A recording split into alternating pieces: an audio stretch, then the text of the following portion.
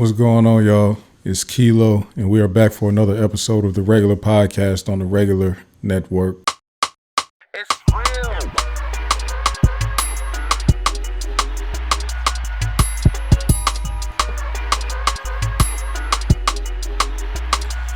What's going on, everybody? How y'all feeling, man? We're gonna try to make this a brief, quick episode, let y'all get back to your day and all that good stuff. A lot of stuff is going on. Once again, please, before we get into any topics, make sure you like the video, make sure you subscribe to the channel, make sure you share the video, make sure you comment your thoughts below.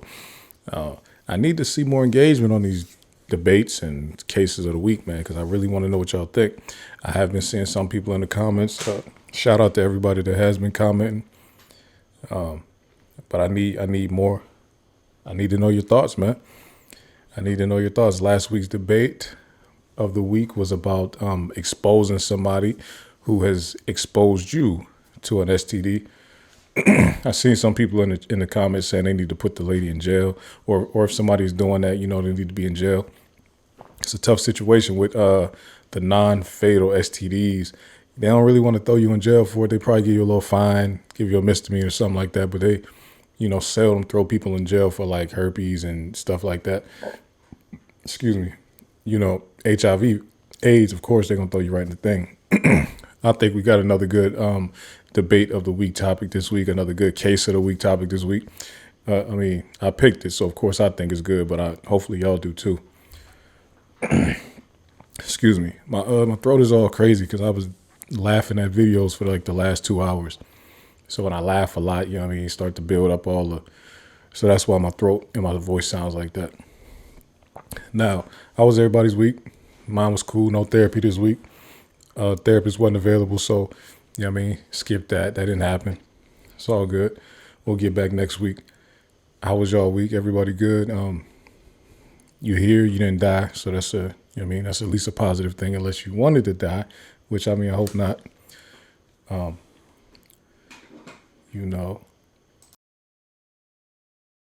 So I really was thinking about explaining to people my last foray into this whole podcast production thing last year.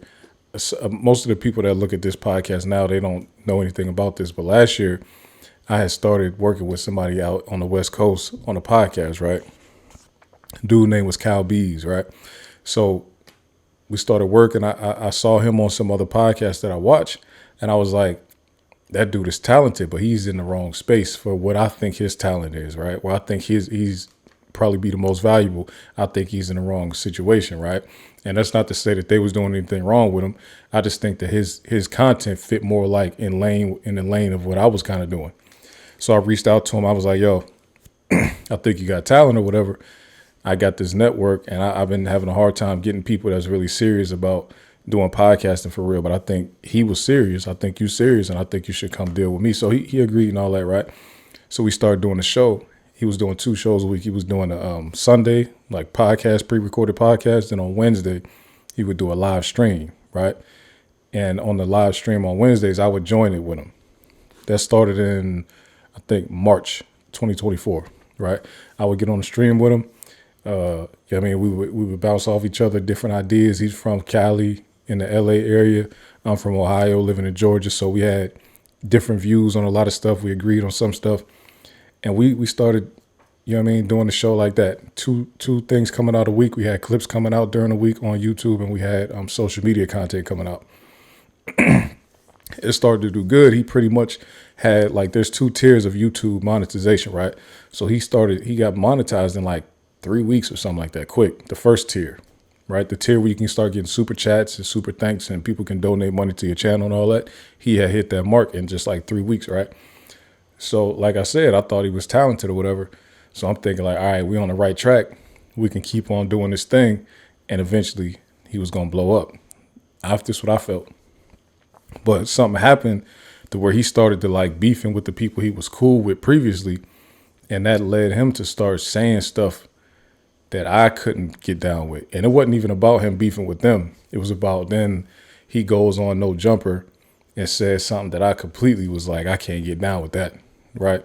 He had told Adam on No Jumper, like, and he was drunk, so I mean, he might have just been talking, thinking he was being funny or whatever. But it's something I don't play with. He had told Adam, like, "Yo, Adam, you got some sexy kids, right?"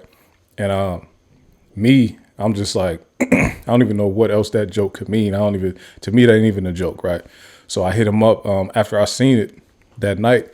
I hit him up and I was like, "Look, I can keep working with you and all that on the podcast, but I'm not gonna do that stream with you on Wednesdays no more. I'm not getting on camera with you and you doing like if you taking your comedy that route, I'm that ain't my type of comedy, right? So I'm not going that route with you." And then he was like, "All right, cool." Then he hit me back the next day, like, "All right, pretty much, I'm not gonna work with you no more at all." He told me that. He's like, "All right, I ain't gonna work with you at all." And I was like, "All right, look, we're gonna agree because I set the deal up from the beginning to where it was like, at any point, if either one of us don't want to work with each other no more, we just say the word and then it's done. There's no hard feelings. We're gonna end the channel. It's done. It's gonna be like it never happened, right?"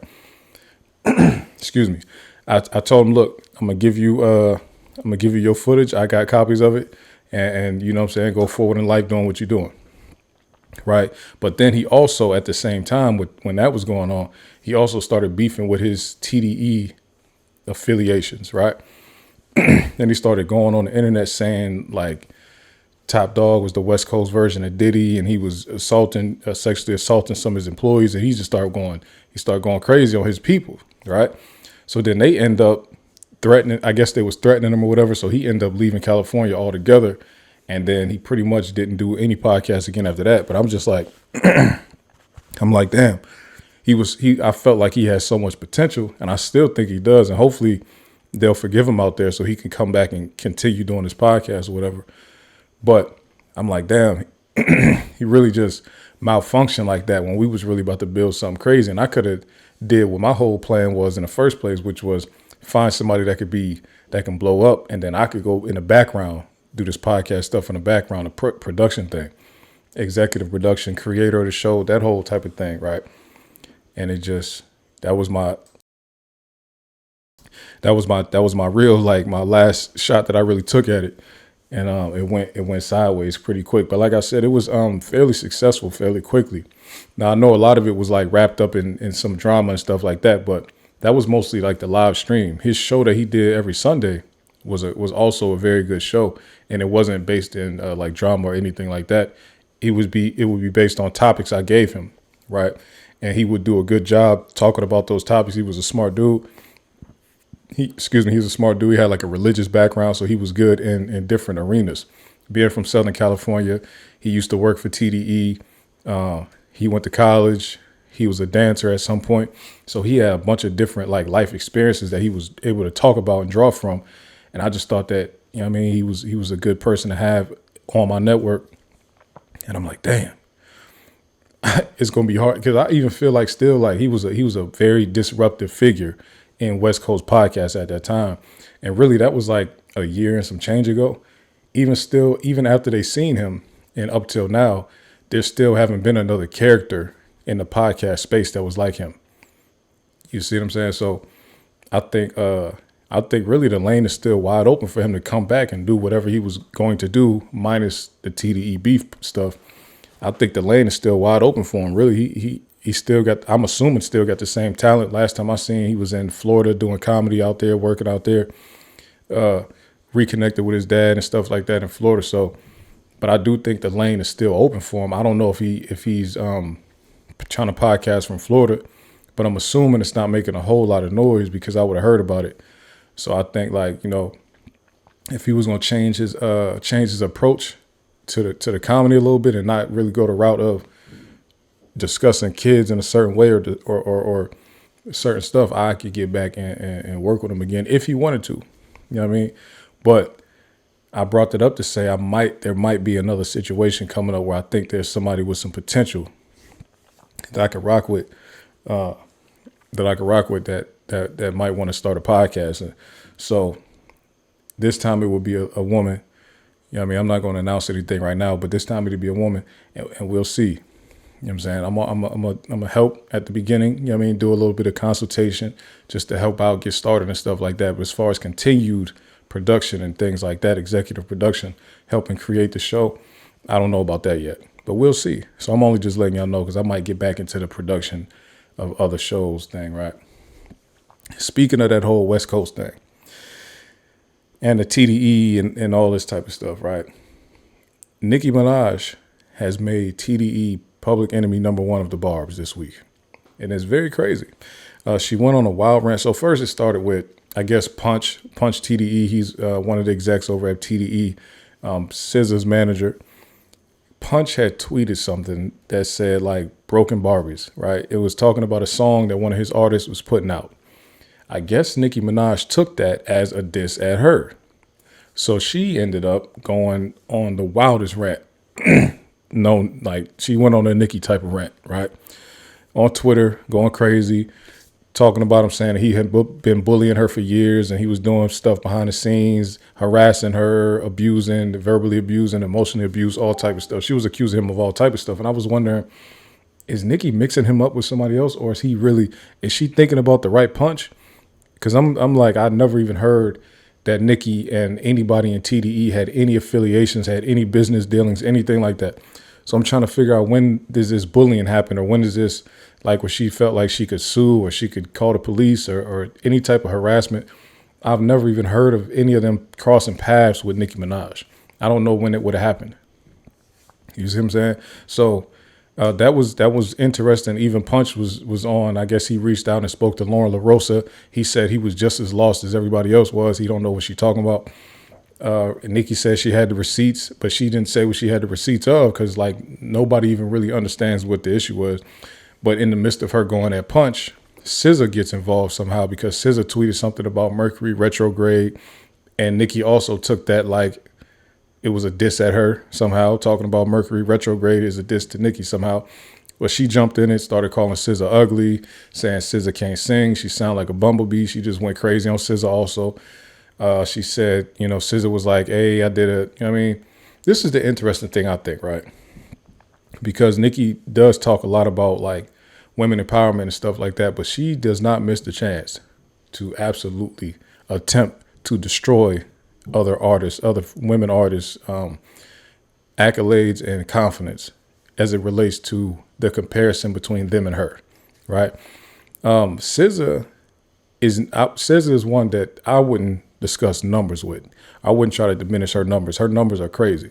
For her to have been only 2 albums in the last, she puts 2 albums in 8 years.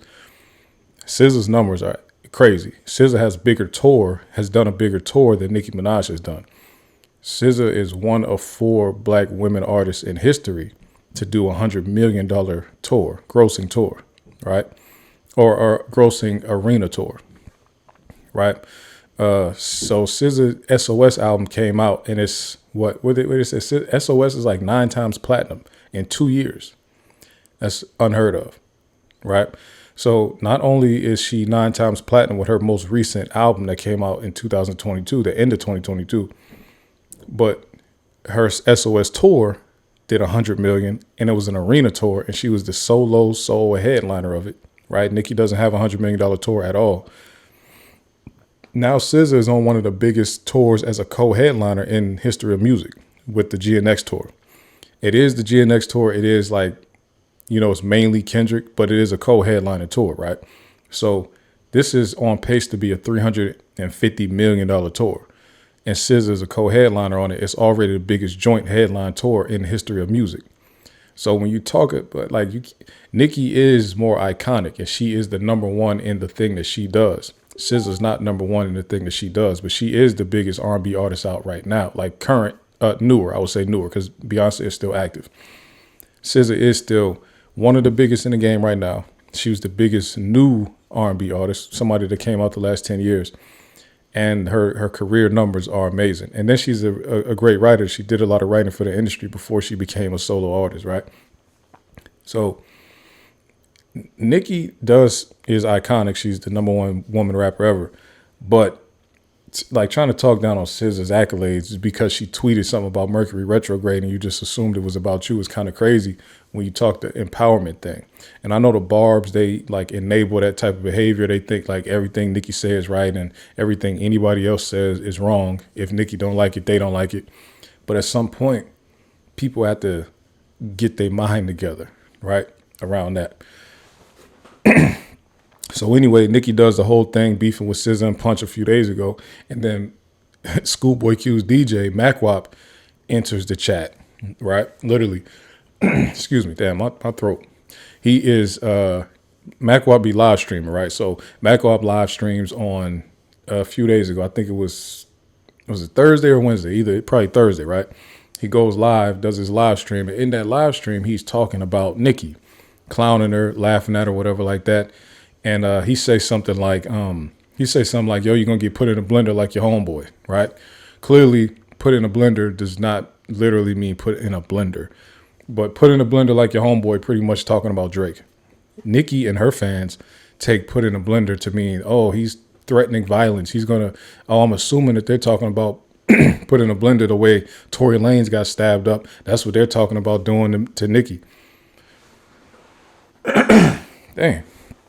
So she's like, put in the blender. So then she started tagging the CIA and the FBI, saying that she wants to snitch on these guys, and she don't feel safe until these thugs are off the street. Nicki started going crazy, right?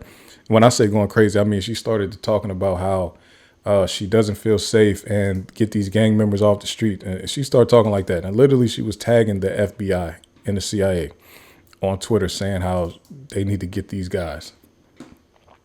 So let me pull up one of the two. The reason that I'm focusing more on the MacWop thing is because MacWop is hilarious, first of all. Secondly, to me, this is even more unhinged than the Punch and SZA thing, because it made its way. Let me pull this up. Give me a second.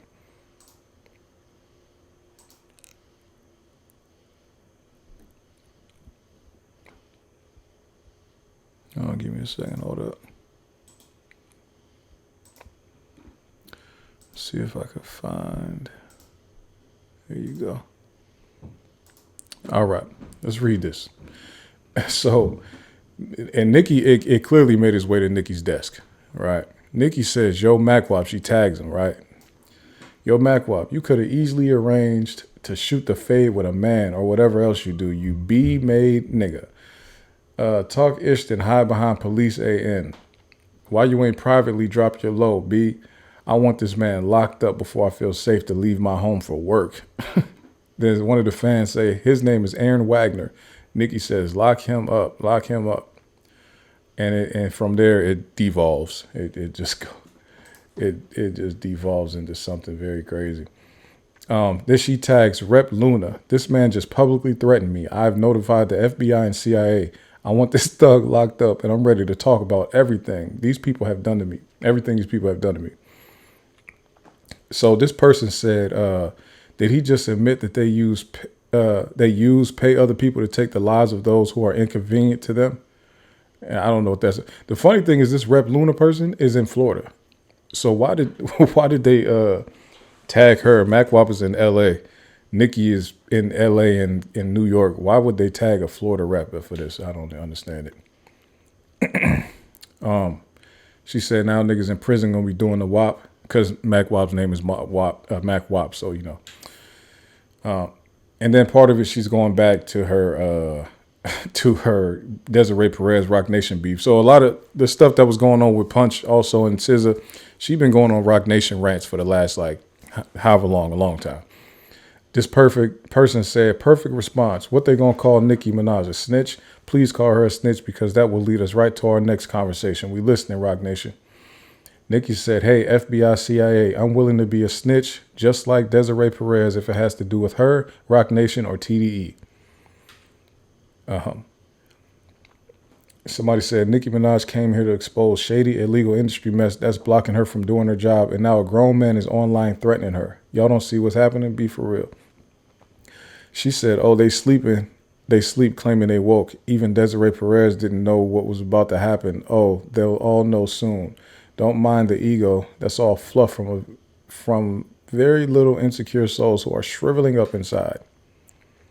So Nicki feels like she's about to help create a RICO case against these gang members in Cali. And she thinks that the bloggers are going to say things that get themselves added to the RICO case.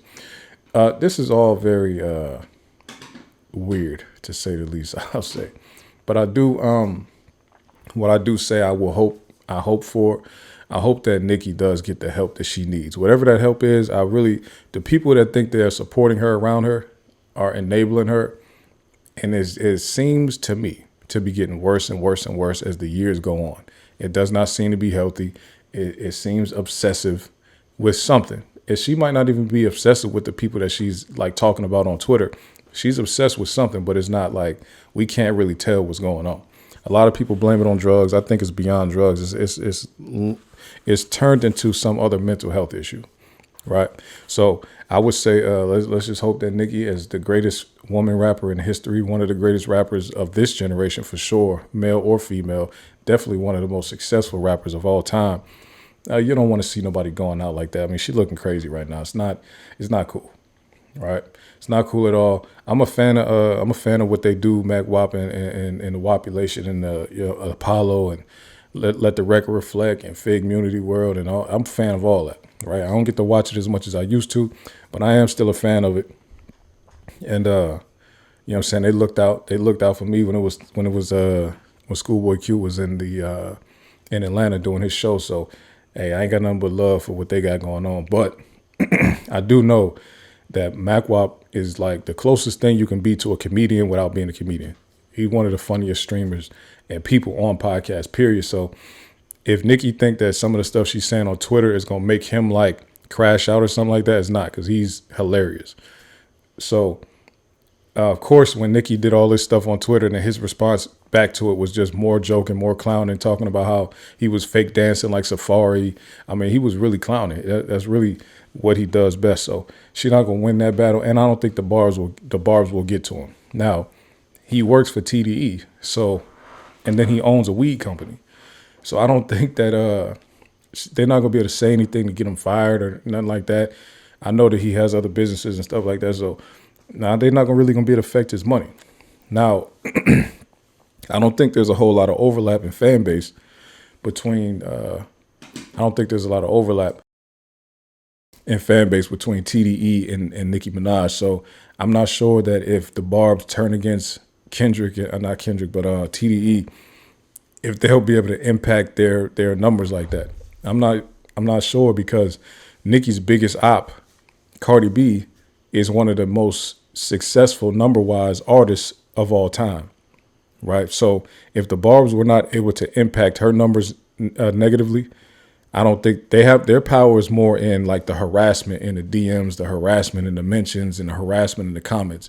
That's where their power is at. Their power is not in really like messing up the metrics of other superstars, right? That's not really where their power is at. So how they can impact TDE, I'm not sure.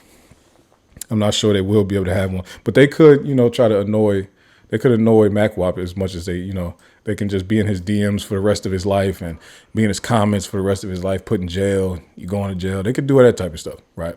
I'm not sure what they can do beyond that though, right? So y'all let me know what y'all think about that.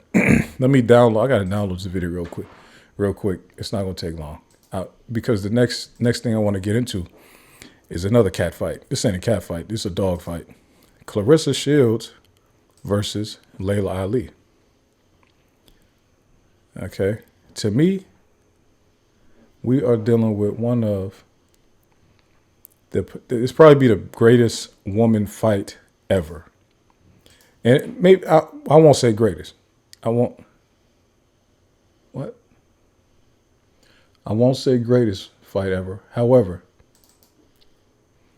it will be the most talked about women's fight in women's boxing history, right? It will be the highest grossing. I'll call that confidently. I'll confidently say that it'll be the highest grossing for sure. Now, there's been some back and forth for a few years now between Layla Ali and Claressa Shields. First of all, it's because they used to be cool. They were cool at first. Then Claressa Shields kind of expressed the willingness or the desire to spar with Layla Ali, and Layla Ali took that as disrespect. She took that as to say, why would you want to spar with me? I'm your OG, I'm your mentor, but I mean, we could fight if you want, but I mean, I don't know why you went in public and told people you wanted to spar with me, right? So Layla Ali didn't like that. She felt like Claressa was getting too cocky. She was getting too big-headed and stuff like that. And from there, they went their separate ways. And then it has constantly been about who could win a fight between them, right? So recently, Layla Ali says this. Let me pull up what she said about.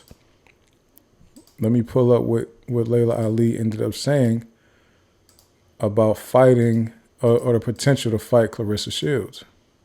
Let's listen to what Layla Ali said. Sorry for the audio, because whoever this interviewer was had a horrible microphone. All right.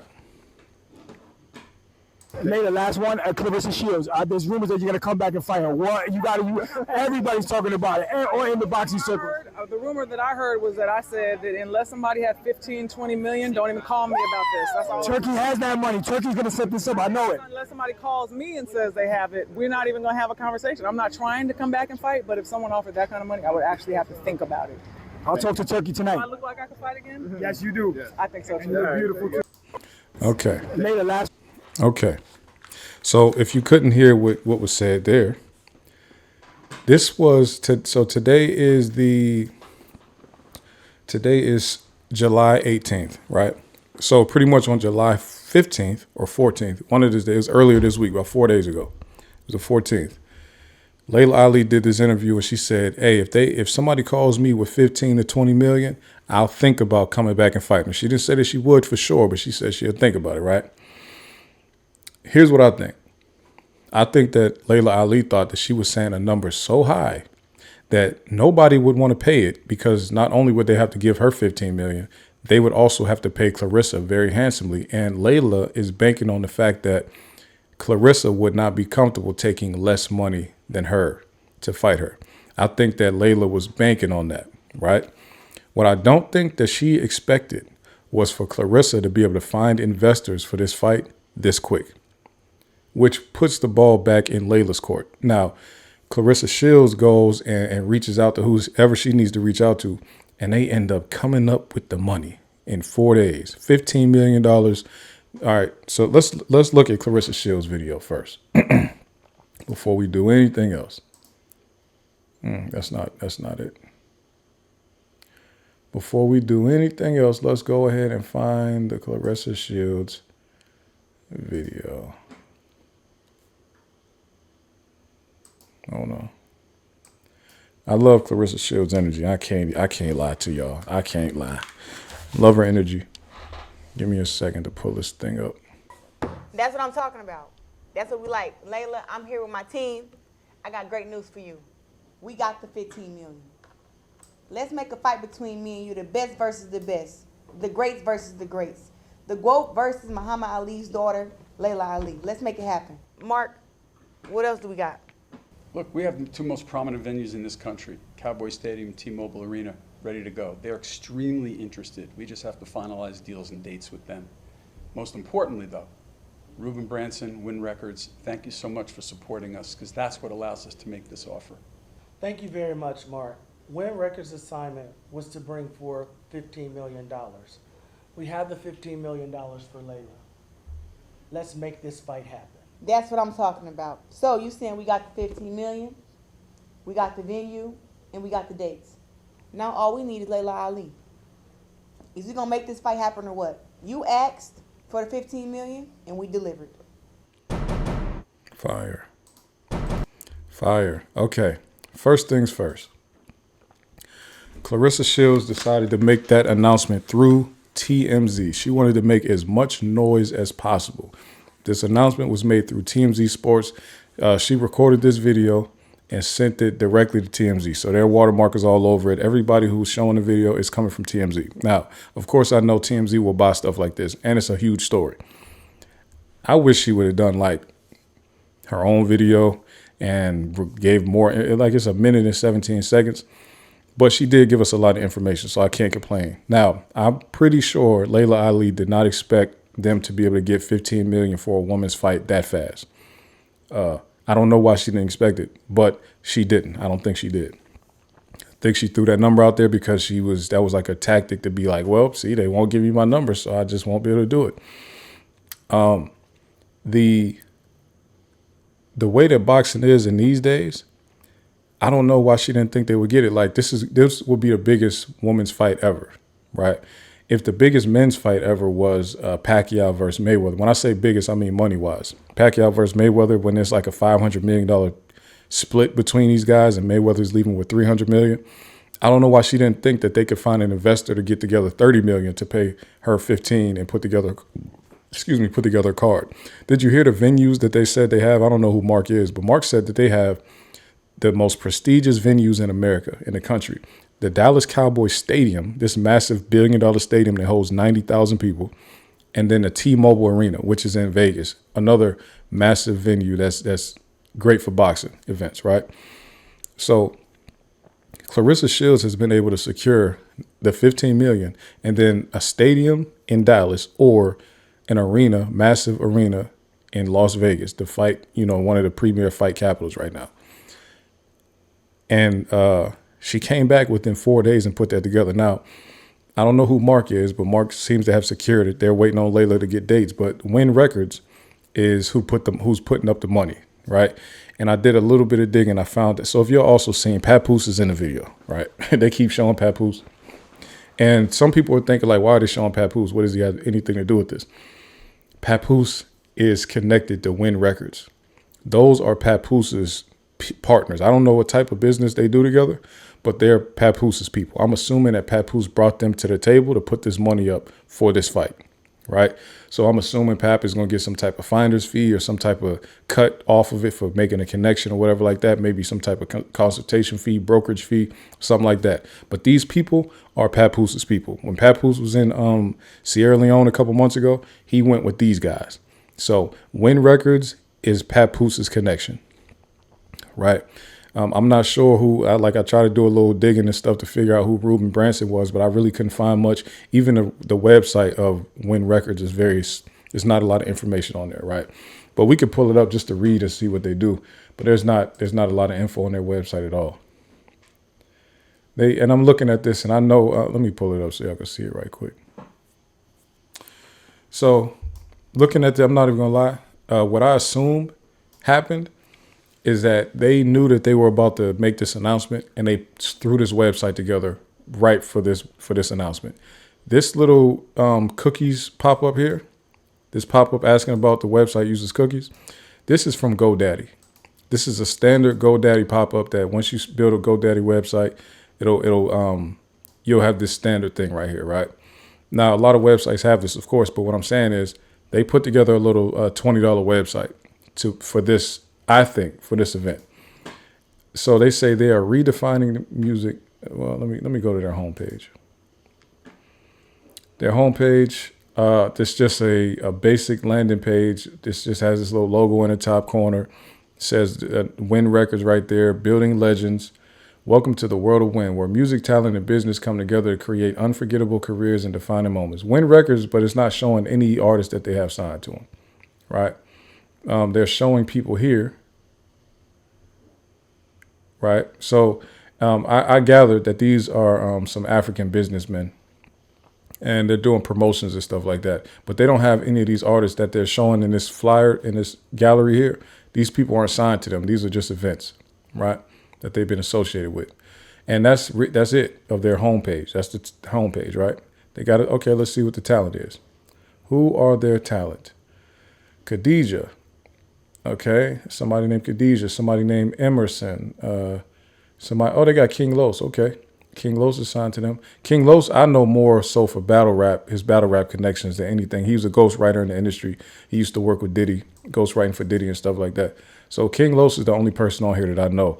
But I don't know King Los to be making really any moves in the mainstream music industry right now. So, and then this guy is a singer-songwriter from Sierra Leone. And Khadijah, I'm not sure where she's from. But I think that they just threw this together. I'm not lying. Not going to lie. If you go to their About page, also very, very generic stuff here. So they're a full-service talent and music agency dedicated to discovering, developing, and representing top-tier artists, entertainers, and athletes.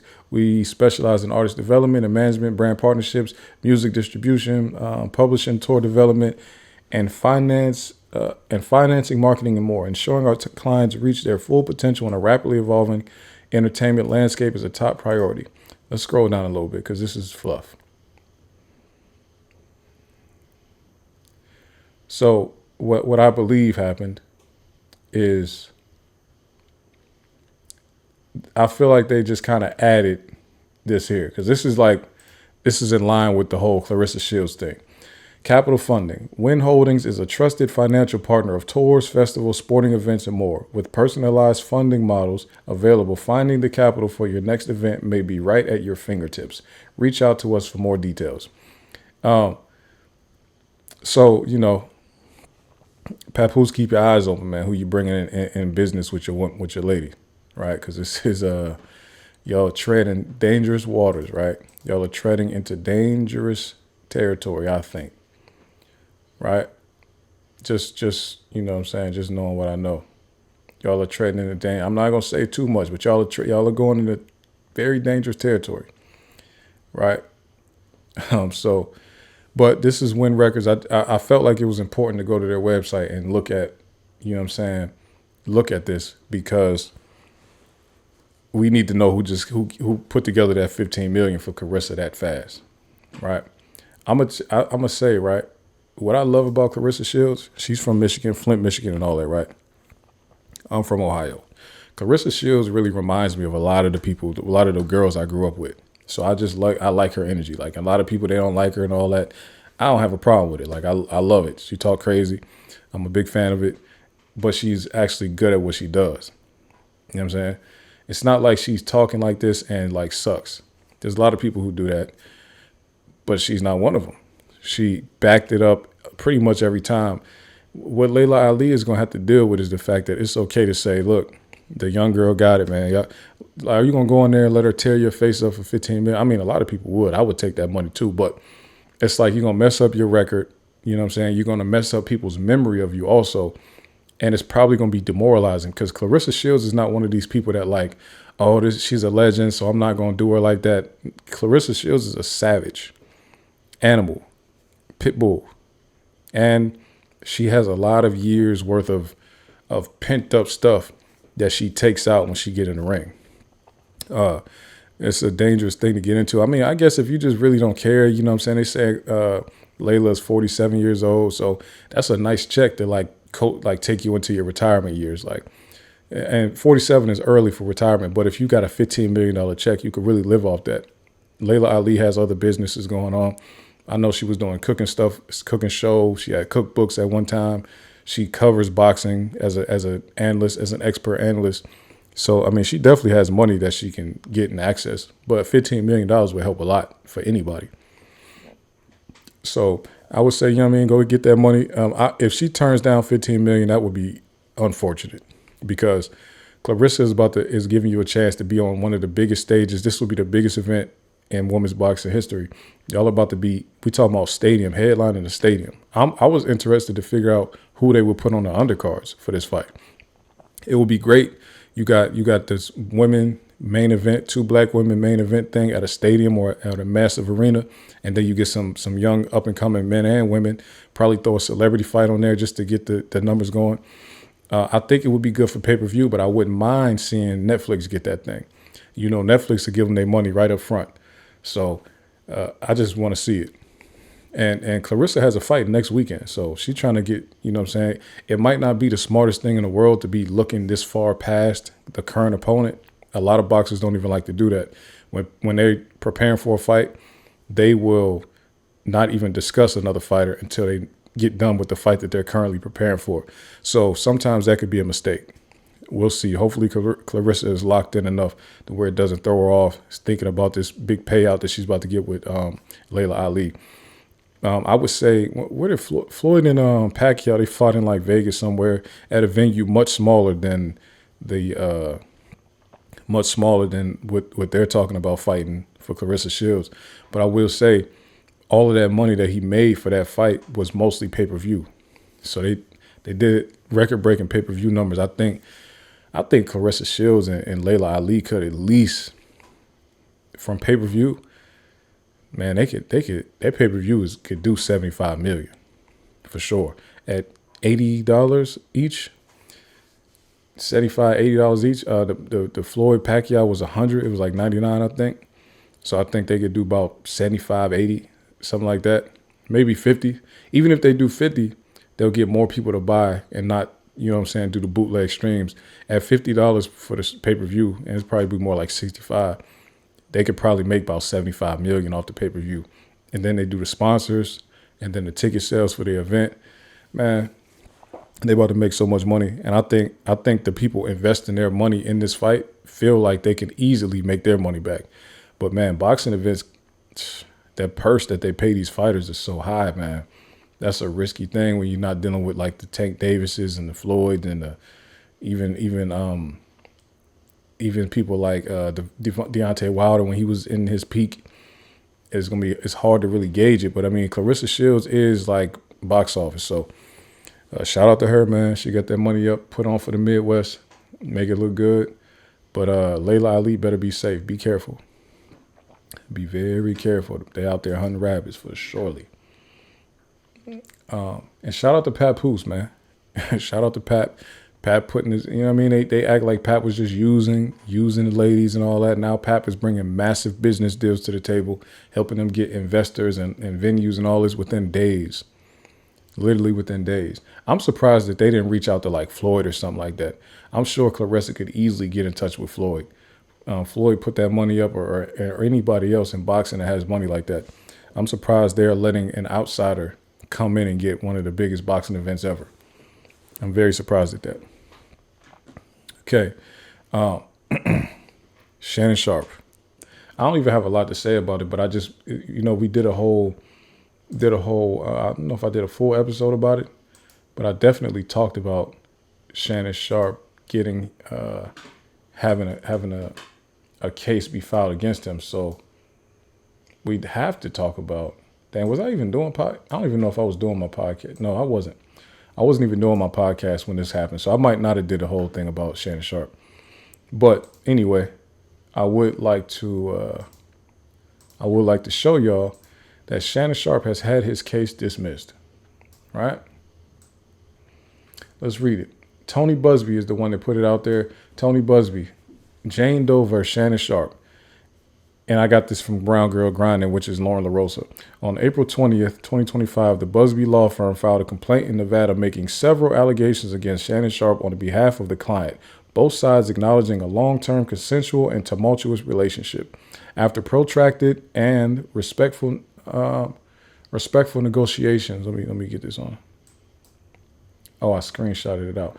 After protracted and respectful negotiations, I'm pleased to announce that we have reached a mutually agreed upon resolution. All matters have now been addressed satisfactorily and the matter is closed. The lawsuit will thus be dismissed with prejudice. Okay, that's settlement talk, right? They're not saying anything, undisclosed amounts. Of course, they're not even going to mention that it's payments happening and stuff like that. The thing about it is Shannon Sharpe has since the beginning wanted this to go away, right?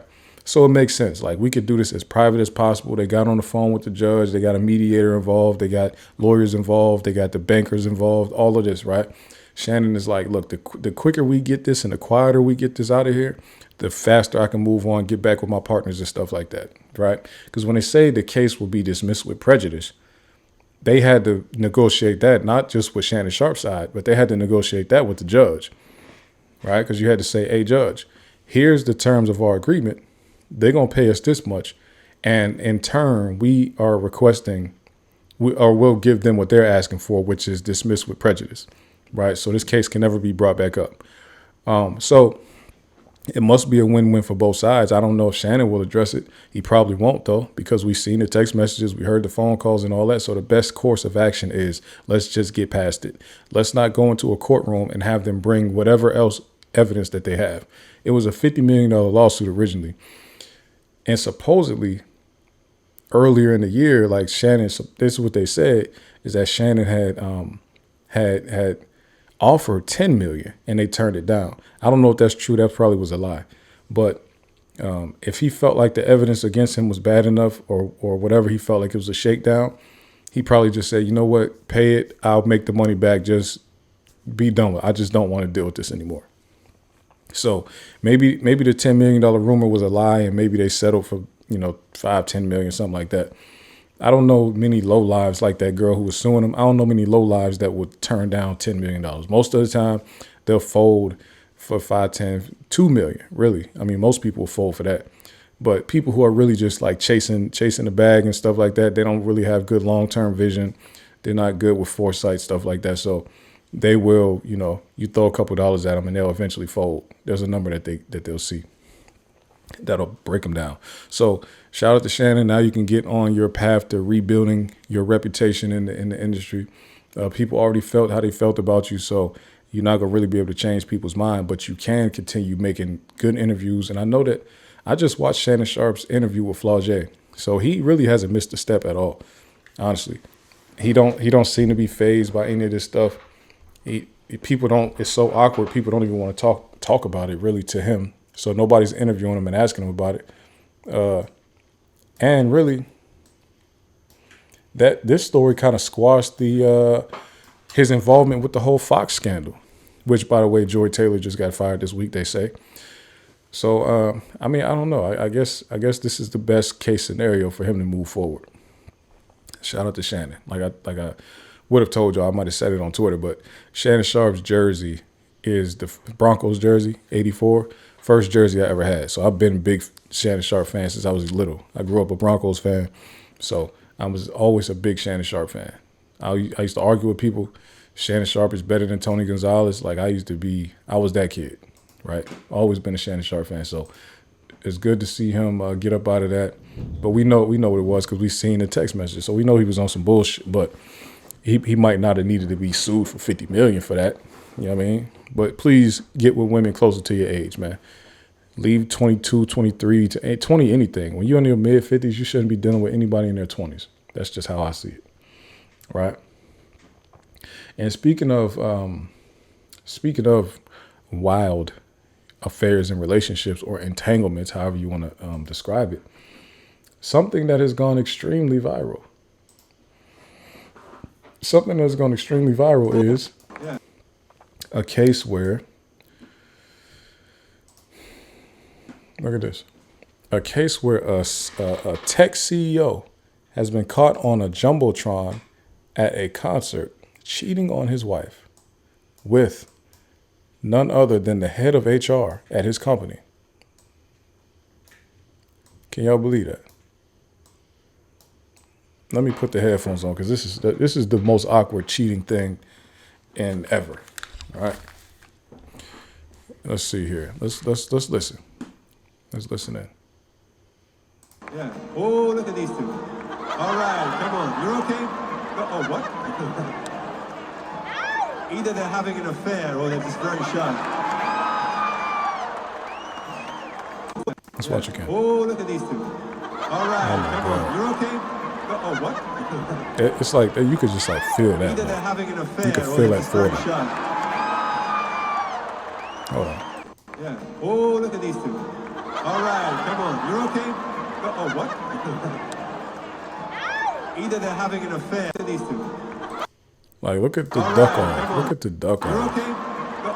He literally gets down on the ground. Either And they're this having lady an covers her affair or they're face. just very shy.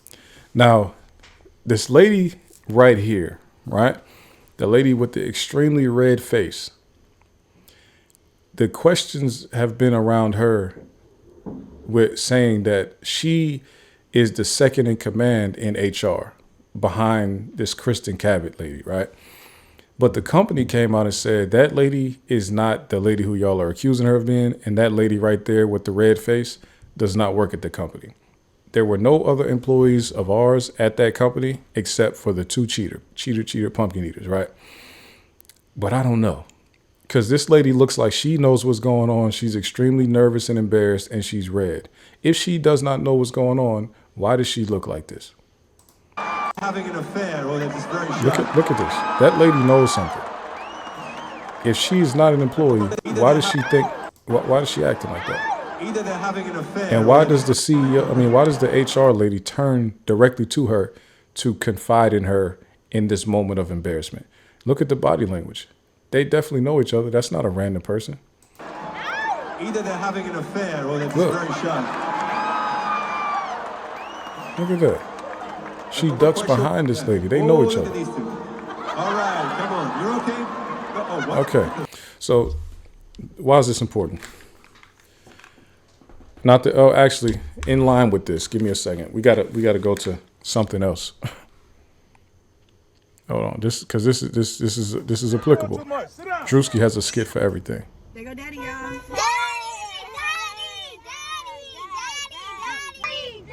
Sit down. Get in the back seat. Get back there. Come on, man.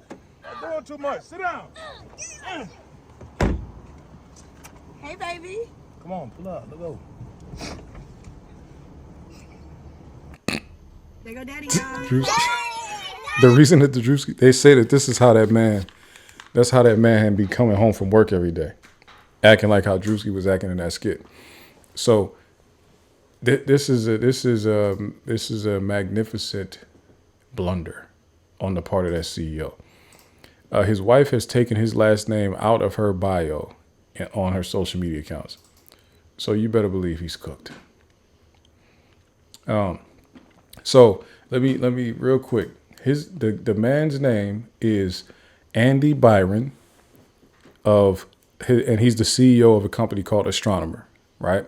The lady that he was hugged up with, her name is Kristen Cabot, and she's the chief people officer, which pretty much she's the head of HR at that same company, Astronomer, right? So they are both married to other people, not to each other. They're married to other people. They both have kids with other people, and they're in relationships with other people. However, they clearly have an affair going on, right? And they thought it was a good idea to take their affair on the road and go to a Coldplay concert in Boston. Supposedly they work in New York City, but they went to a Coldplay concert in Boston. They thought they were completely safe because, hey, we're driving a couple hours north. We're going to Boston. Nobody knows us up here. Nobody will see us. It will be totally fine.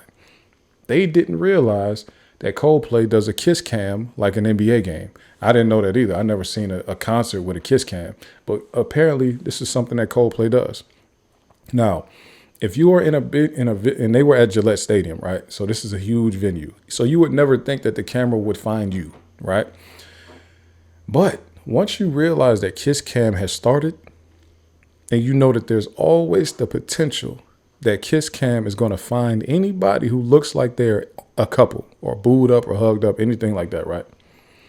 Why would y'all not let go of each other as soon as they start kiss cam? I'm not talking about when they get on you, when they get to y'all, when they put the spotlight on y'all. I'm talking about as soon as y'all see they started to put people up on that screen who have been kissing and hugging and all that. Why didn't y'all separate? I mean, this is just cheaters 101. If we're not supposed to be in public together, we need to make sure that nobody sees us like this. Not just, oh, we don't want to make sure our wife sees us like that. We don't want to make sure that nobody sees us like this, right? Because you never know who knows who. There's a statement that has been put out by the company. Let's read it. The company put a statement out, and it says, make it bigger for the people in the back. Astronomer is committed to the values and culture that have guided us since our founding. Our leaders are expected to set the standard in both conduct and accountability. The board of directors has initiated a formal investigation into this matter, and we will have additional details to share very shortly.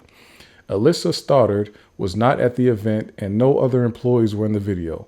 Andy Byron has not put out any statement. Reports saying otherwise are all incorrect. Now, Alyssa Stoddard is the lady who people found the company has said, or not people found the company, but people on social media said that lady that was like red in the video on the side that Kristen Cabot was hiding behind. They said that was Alyssa Stoddard. The company is saying that's not her, but she does look like her to me. Let's see if I can find that picture. Which one is she? No, I don't know. I don't see it. But yeah, she looks like the lady to me, but she don't look so much like her that I would think that this is a bad thing. But the HR lady definitely knew the woman standing next to her, and she leaned up against her pretty much when she ducked off from the man. So the reason that they said Andy Byron has not put out any statement is because somebody put a fake statement out from Andy Byron, and it pretty much said like, this is embarrassing. This wasn't supposed to get out there. Like it was like that type of thing. But they ended up blaming whoever put the fake statement out was blaming Coldplay for even showing them up there on the screen. They was acting like they was going to try to sue Coldplay or something stupid like that.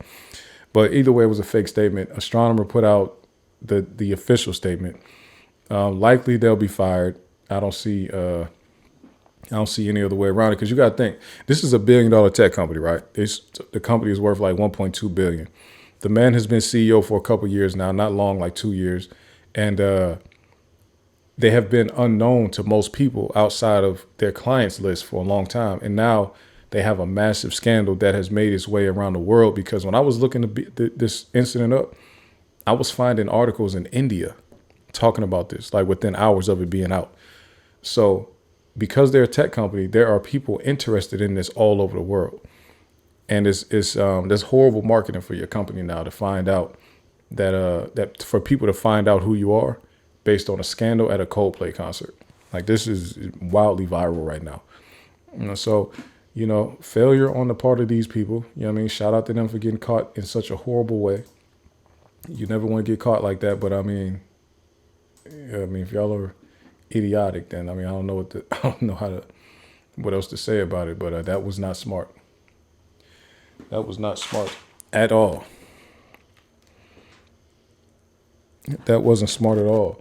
Now, how many people are familiar with the incident that happened in Milwaukee, where the little boy has been kidnapped in front of his dad at gunpoint? How many people are familiar with that situation? I need to talk about it because it is extremely crazy. Okay. It's an extremely crazy situation. He got snatched. Literally snatched up. They picked the boy up and took him away, threw him in a whip and took him. It's a very crazy situation. Let me find a video real quick so we can watch it, because it's insane.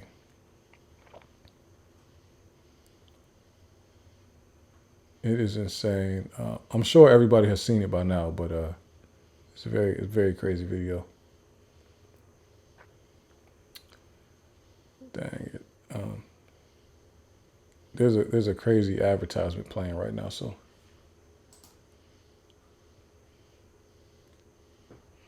I'm just trying to see if I can find like a good. Aquí en Stone Mountain Volkswagen tenemos un dicho: nosotros podemos ayudarte. ¿Buscas asesoría sobre opciones de financiamiento? Nosotros podemos ayudarte. Sorry about that. I had to mute it. They was playing a Volkswagen commercial. All right, so what happened is a 7-year-old boy was snatched up in Milwaukee, right? He was riding his bike down the street. His uncle was following closely behind him to make sure he was safe. He gets back to his house. Okay, hold on. Put my headphones on. He gets back to his house. A couple minutes later, some people hop out, they block the driveway, hop out, snatch him up. Let's see here. Of a 7-year-old Milwaukee boy. Yeah, that kidnapping sparked a statewide Amber Alert. Tonight, court documents indicate the mother impeded the investigation. 12 News, Hannah Hilliard live in the news. In the abduction of a 7-year-old Milwaukee boy. Yeah, that kidnapping sparked a statewide Amber Alert. Tonight, court documents indicate the mother impeded the investigation. 12 News, Hannah Hilliard live in the newsroom for us tonight. And Hannah, those new court documents reveal a chaotic chain of events. Certainly, Deanna and Blake, the new court documents are for the first time pointing to a motive in this case. Police say the masked men who snatched little Jamal White held the boy for ransom, demanding money and jewelry from his mother. And investigators tonight now saying mom knew more than she ever let on to police. That's crazy. Dramatic new details in the abduction of 7-year-old Jamal White. Prosecutors say the motive was to rob his mother, Siobhan Williams. They believe Corey Williams conspired with another man and a 14-year-old boy, targeting someone they considered a, quote, well-known drug dealer. When Siobhan Williams wasn't home, they went to... Okay, hold on. So while everybody was trying to figure out what was going on, the mom and that man who did the kidnapping, they have the same last name, and they both light-skinned, the same area, kind of look alike, right? So what people were saying was that the mom and that man that Corey Williams were brother and sister, and that the mom had set her son up to be kidnapped from his dad's house so that she could start a GoFundMe and raise a bunch of money and then run off with it. That was what the word was at first, right? Some people also thought the dad had set the kid up to be kidnapped because of the way he ran, but there was no real theories around that. That's just what people said because he ran from his son. But when people started to come out with like real theories that everybody was kind of running with, it was that the mom had set the kidnapping up because she had been charged and it said charges pending, just like the man Corey Williams. It said charges pending. So people thought, oh, these people are in cahoots with each other for this kidnapping situation, right? So I just want to give context as to what people were thinking as this time was going on. 61st and Houston to rob Jamal's dad instead. They jumped out right here. What unfolded next was terrifying. Surveillance video shows the boy on his bike. When people in this white Jeep jump out, one appearing to be armed tried to follow dad into the home. The other chased Jamal up the driveway. I don't know if the kidnapper eventually returns into the frame with the 7-year-old in his arms, putting him in their Jeep. Jump out. They jumped out right here. What unfolded next was terrifying. Surveillance video shows the boy on his bike. Okay. When people in this white Jeep jump out. We gotta look at, this person in the black, that's a robber or that's a kidnapper, right? The little boy is right here at the edge of the driveway, right behind this tree, and they're behind the vehicle. The dad is right here, like on the other side of the car right there. He sees the man running up. He knows where his son is at because he's outside with his son. He's over here. And then another man is coming. Here's the other man coming right behind, right? So there's two people out the car. What the dad ended up doing was he ran away from where he was in the driveway, ran away and ran up the stairs into the house. Look at this. He goes, this is him up here, right? He goes into the crib while his son has been left out there with people with guns. They are absolutely, what they would say, dragging this man on social media. As they should, because he ran on his son, literally, got his son kidnapped. Left his son to get kidnapped. He didn't get him kidnapped. Look at that. Armed, tried to opens the door, shuts the door behind him. He opens the door while his son is in the driveway with gunmen out there. Goes in the house and shuts the door behind him while his son is outside. I mean, you can't really make this up. The home. The son runs off by himself. Let's go back and look at the son running. What unfolded next was terrifying. Surveillance video shows the boy on his bike. This is a 7-year-old child. When people in this white Jeep jump out. Right? The boy is right here. Literally, the person in all black is standing directly next to this little boy, right? Watch him. One appearing to gets be off armed his bike, tried to takes follow off, dad into the home. down the driveway. The other chased Jamal up the driveway. The kidnapper eventually The kidnapper grabs the boy. He's holding this little 7-year-old in his hands right here. Right? Turns into the frame with the 7-year-old in his arms, putting him this is in like their a getaway real, car. This is like the type of kidnapping that they teach us about when we kids, like stranger danger type of kidnapping. Right? For real, like people just literally come up and snatch you up off your feet and run away with you. And his dad didn't even pop back out when they got in the car. He didn't run in the street and shoot at them while they was driving down the street. None of that. He didn't run after the car. He didn't hop in this car and drive off and chase the car. He didn't do nothing. He came outside. This looked like a setup. That's why they were saying that. Let's keep going.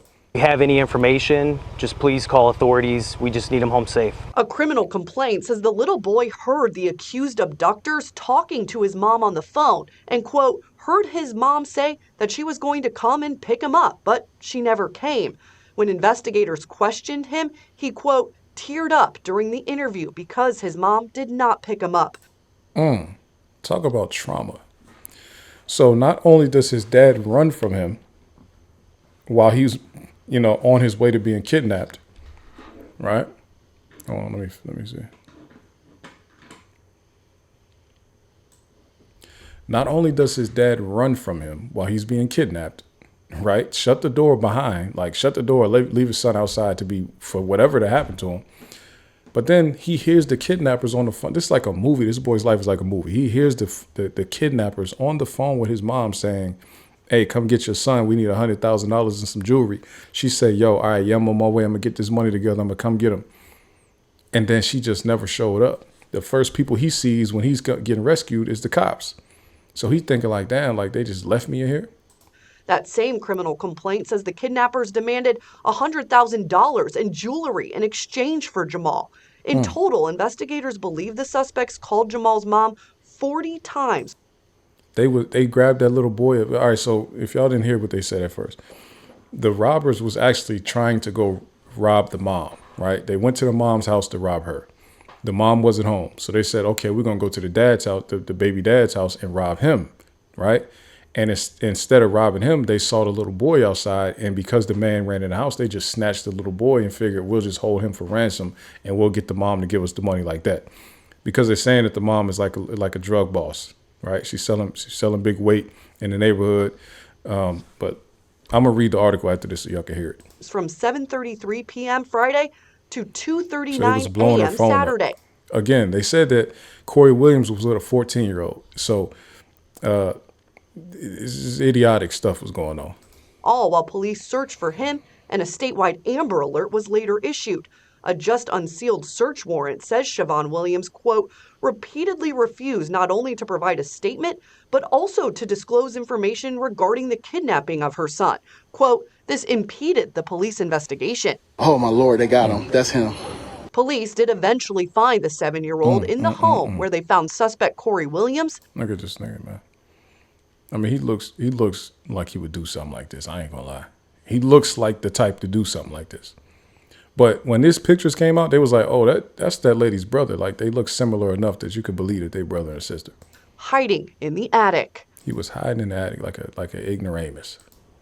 Hannah, an arrest report obtained by 12 News indicates the mother was arrested at Children's Hospital on Sunday and is in custody on a probation violation. Right, Deanna. And to be clear, at this time, the mother is not charged in connection with the abduction, although that search warrant does point to her lack of cooperation with police during the massive search for her son. Also, you may notice mom has the same last name as that charged suspect. The district attorney not revealing whether the two are related. And more to come from this investigation. So we don't know if they're related at all. So it's not, they haven't confirmed that they're not related, but we don't know if they are related. Okay, let me read this article because the article gives more crazy detail. By the way, Corey Williams went up in there and started telling immediately. He gave it up. So there's nothing to worry about there. Nothing to figure out about how they got the information. Corey Williams told him. That's how he got it. But I mean, if you get caught up in a kidnapping situation like this, I mean, I guess you're going to tell. I mean, I just wouldn't do it. I don't know. That's me. But let's read.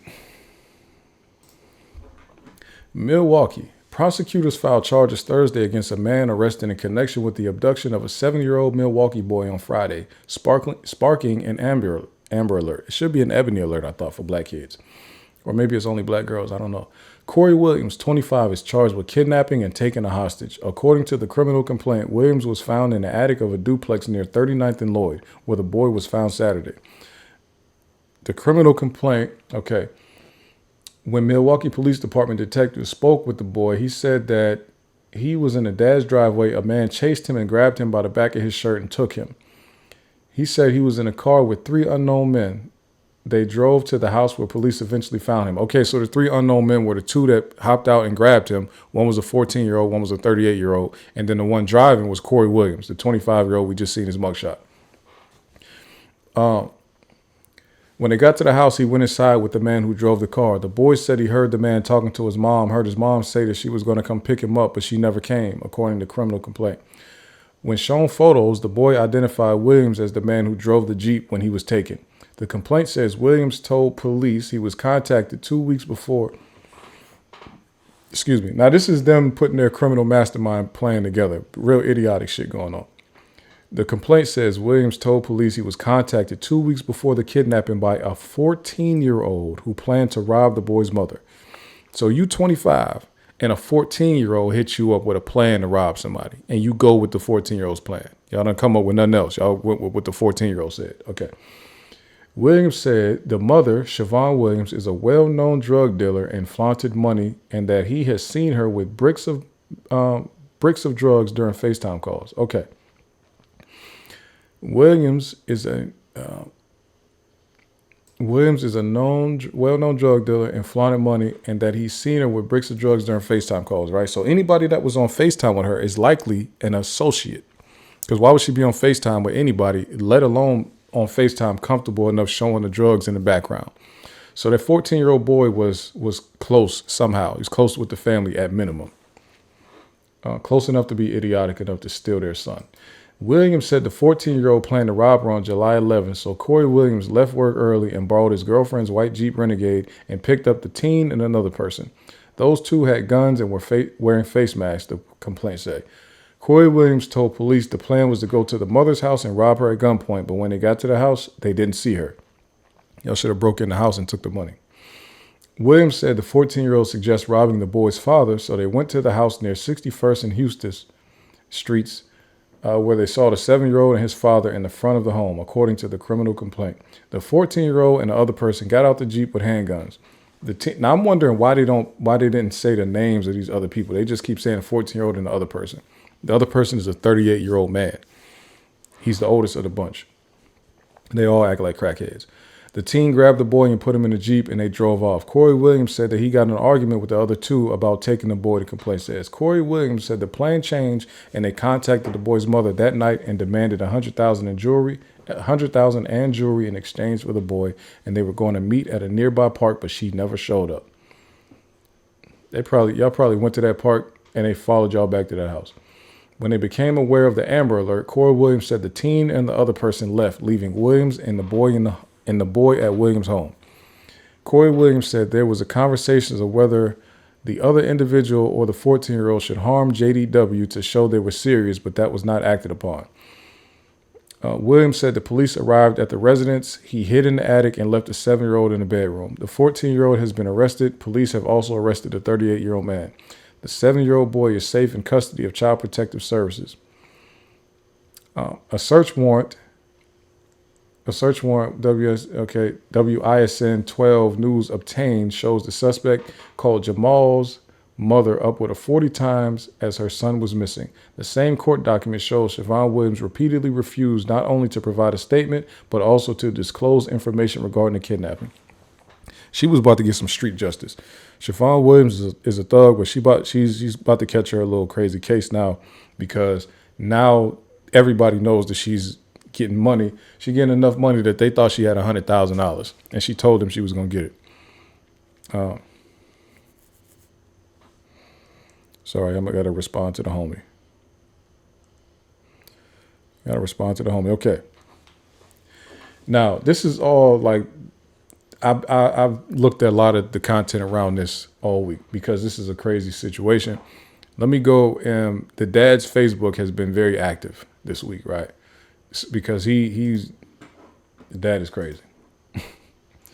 Okay. Here's what the dad said. Let me pull this up. Let me see. I'm gonna have to get into Facebook real quick. Let me see. Let's get to Facebook real quick. Here we go. All right. Let me see if I can drag this over. I'm on the dad's Facebook page. The dad, the one that ran on his son. Very sick situation. Okay. This is what the dad said. He says, "Hell yeah, I ran. I'm thinking they trying to rob me, not take my damn baby. Y'all slow. We both alive and my baby tried to get away like I taught him. God had us the whole time. Obviously, I did right. My baby's safe." He's trying to justify running while his son is outside and standing right next to people with guns, right? You're supposed to give up whatever you got if they've got your son. Not to, you know what I mean? You could do what you got to do, but clearly they had the up on you, right? They had you. It was a wrap. As they say, they caught you lacking. It was a wrap. It was over. The one thing you can't do in that situation is run in the house, shut the door behind you while your son is outside with the people that's trying to take your money, right? There is literally one thing that you should never do in a situation like that, and he did that thing. Literally ran on his son. So any of his homeboys should know what's going on. If he ever in a situation, y'all already know that you can't rely on him to do Nathan. Right? And then of course they in the comments tearing him up and he trying to justify it. Like he trying to justify it with he talking a bunch of nonsense. He trying to justify this stuff in these comments. Oh, I'm tripping. And let me this is just ridiculousness. He said, "F y'all on bro, free my brother. Y'all niggas wrong." He said, we wrong. We wrong for thinking he wrong for running. Us surviving not enough, huh? Y'all wanted the dad dead. Hell nah, the daddy still get to see his baby, which is very ironic because they got that kid up in child custody right now, child protective services. So they, you know what I'm saying? They wrongfully held him in custody the whole weekend. The whole day they was looking for the son. That wasn't cool, but they thought it was a setup, right? That's not cool to lock him up, to detain him for a full 24 hours while they're trying to find his missing son that has been kidnapped in front of him. Traumatic situation. That's not cool at all. But you running on your son. I mean, now they got your kid up in child protective custody. So you don't have him, and your mom and the mom don't have him, all because of what y'all decided to do in a situation like this, right? So you don't know what type of situation your son is in right now because you're not with him, right? And these are just some thoughts that the people have. I mean, they was really clowning him crazy. What this person said, it's the fact even after they grabbed him, you ain't even go after them. The car was right there for you to hop in. I'm not waiting on no police. I just witnessed my son be abducted. Yeah, people just can't believe themselves. You could tell I ain't gonna read that. There's a guy that jumped off a cruise ship into the ocean to save his child. Then there's this. That's a fact. Because that man jumped about 30 feet into that water, and they did end up saving the kid. What we see in this video is disgusting. I'm not reading all that. It said, you ain't just running the house. You ran in and closed the door all while your son was screaming, "Daddy." Literally one thing you should not do in this situation, and you did it. He said, this man said he did it right, bro. Who is your daddy? You're not a question of your upbringing now. Because it's the way, like, what you think is right don't even make sense. He said, I did right, bro. You let your son get kidnapped. Please be for real. That's a fact. Talking about we slow. Okay, you fast. We seen it in the video. Ran right past your baby in the house. Yeah, I ain't even got to read. They tore him up, man. I ain't even got to read no more of this. They tore him up, rightfully so, because this man lost his mind. He lost his mind. His son got taken like Liam Neeson. But only difference is when they took Liam Neeson's kid, they didn't do it in front of him. They just snatched this boy up right in front of his dad's house, and he just ran on his son. And then we heard about the uncle getting locked up. So this is one thing that we found out, right? The uncle did get locked up. The dad's brother got locked up for shooting at a car. But what we found out is they were saying free him and all that. He was not shooting at that car that took his nephew. He saw some other car and was just so paranoid that he just started shooting at it. And the other car he started shooting at was actually people as part of the search party that was helping look for the boy. So he got arrested on for charges related to shooting at a car. So yeah, he probably won't be free for that. Even though he thought he was doing the right thing, and a lot of people thought he was doing the right thing, he was not doing the right thing. While looking for your people, you can't just shoot any car that you see. That's not how it works. Also, we talk about the dad running and all that. Remember when it showed that the uncle was following the little boy down the street in the car and all that, and he was coming to the house? Nobody even questions where the uncle was at when all of this was happening. When the dad ran in the house and the uncle, I'm assuming, was in the house at this point, he didn't say, yo, what you yelling for? What they screaming for? What's going on? He didn't run back outside and go help the boy either. So they both, the dad and the brother both went up in the house. The dad and the uncle both went up in the house and just stayed there until the car drove away, and then didn't even chase the car. They didn't run after the car. They didn't go get in that Toyota and drive after the car. They let him drive away. So yeah, it definitely looks like a setup, and it looks crazy. And now that I'm really thinking about it again, it does look like the dad's like they set that up. Maybe the dad, maybe not the uncle, because he got himself put in jail. But it kind of looked like it because it's like, yo, we're going to do this. My baby mom tripping. I know she got the money. I know she got the work. Go over there. We're going to act like XYZ, take the boy, and we're going to get her to give you $100,000. It do kind of sound like a setup thing, because the way he's responding to this stuff is too idiotic to me.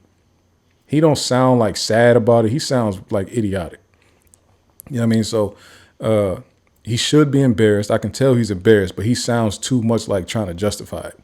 You know what I mean? You really should have took a break from social media, let it die down, because you look crazy and you're trying to justify it. That's all I got on that. But I have been consumed with this case because I thought it was just the craziest thing ever, seeing that. I really did. There's another video I want y'all to see. Let's see here. That's one of the things that I think a lot of times boys need is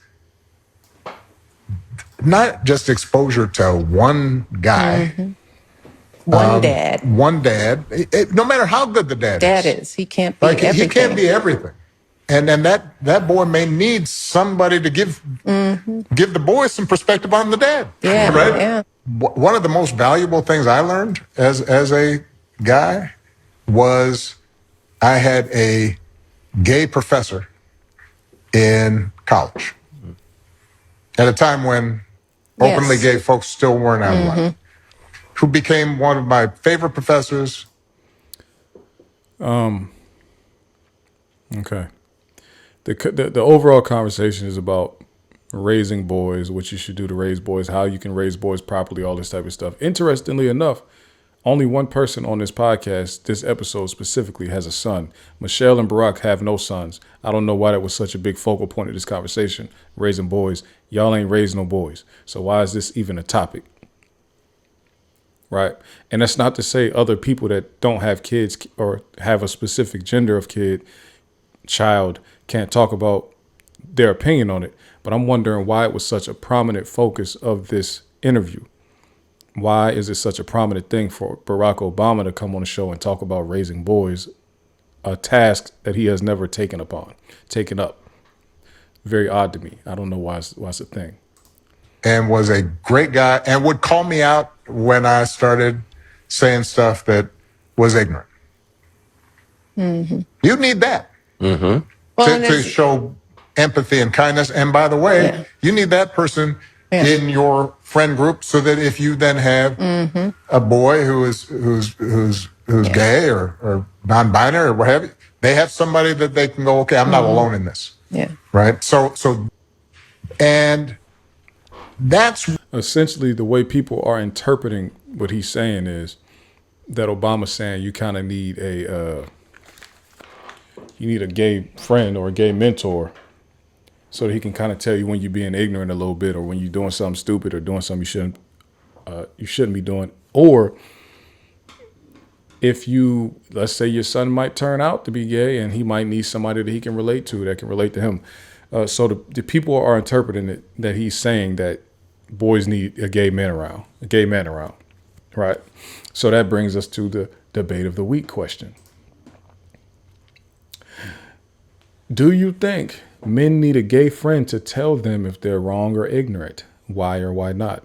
Now, of course, Barack didn't say that exactly, but because so many people are taking it like that, I wanted to ask y'all, do you think there is value in having a gay friend? Now, are you saying, is it a situation where you're saying like every friend group should have at least one gay friend to show that it's not a homophobic gay friend group?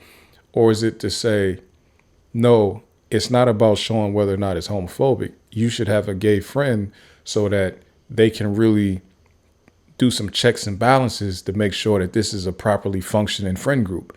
I don't know what they think about gay people. I mean, I grow up knowing gay people. I mean, they act the same way everybody else act, flaws and all. So I don't know why we would think that some type of way our moral or intellectual compass would be based on what a gay person thinks.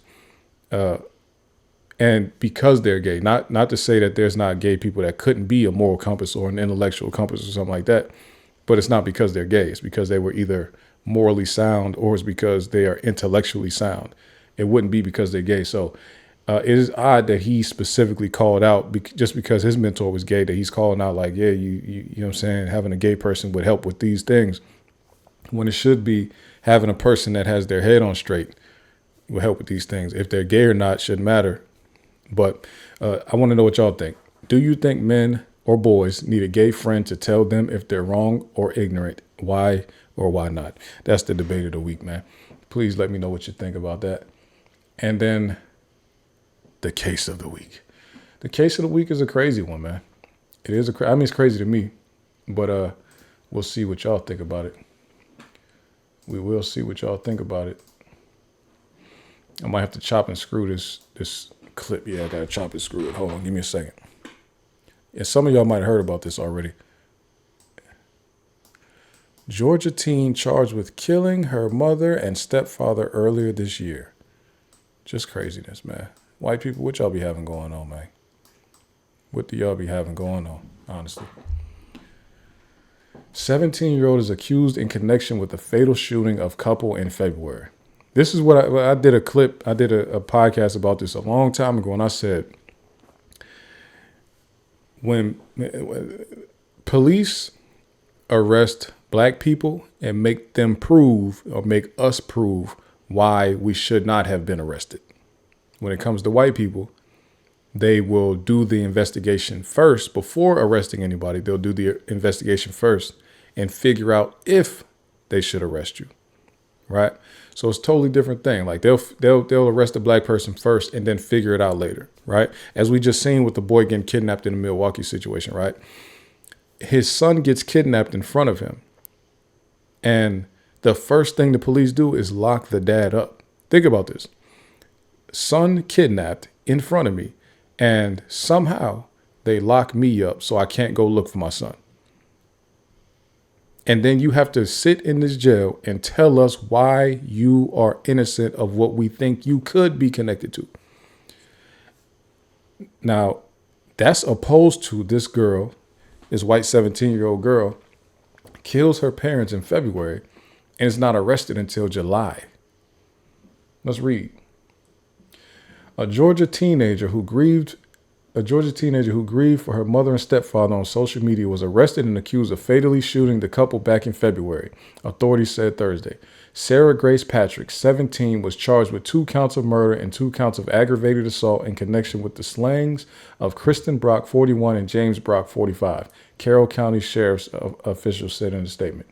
The couple was found dead inside their home on February 20th at 1531 Tyrus Road near Carrollton, about 55 miles west of Atlanta. They were deceased from apparent gunshot wounds, the sheriff said. From the very moment the 911 call was received, a relentless investigation began, one that would span months, consume thousands of hours, and require the full weight of local and federal law enforcement partnerships, according to the county. Now, why would all the federal all of the local resources and federal and thousands of hours, why they spend that much time looking for the killer of these people? Not to say they shouldn't do that, but there's a lot of people that don't get that type of attention. So why so much attention to this thing? And then y'all took 6 months to even find the person that was right under your nose the whole time. While the case has not remained in the public spotlight in recent months, the investigation has never gone silent. A little more than a week after the shooting deaths, a loving tribute was posted on TikTok. And this is what the girl was saying. But at night, when there's nothing to do and the house is empty, I'd always think about how much I needed them, according to a TikTok account that a sheriff spokesperson confirmed is linked to the team. A judge denied bail for the team, though it wasn't immediately clear if she had hired or been assigned a criminal defense attorney or lawyer, a Carroll County spokesman said on Thursday. We know the public has been eager for answers, and we want to be clear. So have we, according to the county. But bringing forth the truth responsibly and thoroughly is our highest obligation.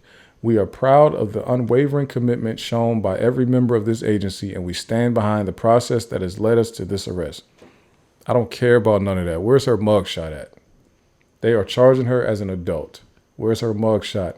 Why are we trying to protect any of the information? She's 17. She did a double murder, and they charging her as an adult. She should be plastered everywhere. Y'all should be putting every single time y'all get some information, it should come out. Tell us about which one of them was addicted to drugs, who had prescriptions. Tell me about all that. Because why she went up in there and killed their people, and y'all didn't arrest her for 7 months, for 5 months. Come on, man. Y'all don't think that girl was on drugs? Why is that not in this story? Why her drug use ain't in here? I don't like it. I don't like it. And this is the case of the week, but because it's such a fresh situation, there's not a lot out. I'm sure we'll be able to follow this, and y'all can stay tuned with this one, because this is one that we can actually follow until, when more information comes out, and when when they start to do hearings and stuff like that. if she decides to go to trial, discovery, who will be representing her, trial dates, all this type of stuff, even as far as sentencing, if they end up convicting her. Now, they haven't said what exact evidence they had to even make them arrest her, right? I don't think they really said what evidence they had. However, if they were going to arrest her without any evidence, she should have been arrested back in February when it first happened. I'm not understanding. But I definitely want y'all to follow along with me. We might dig into this one like we did the YSL case, because this is Metro Atlanta right here. I know they said it was 55 miles. Well, it's not really Metro Atlanta, 55 miles west. But some people might consider Carrollton Metro Atlanta, honestly. But we're gonna follow this one. We're gonna pay attention to Sarah Grace Patrick and her murderous ways. And I want to find out what would make her do something like this. That's all I got for y'all, man. Please make sure you like the video. Make sure you share the video. Make sure you comment. Make sure you subscribe to the channel. I appreciate the feedback, the engagement, everything like that. Y'all have a good evening, weekend, week, all that good stuff, man. Peace out. Peace out.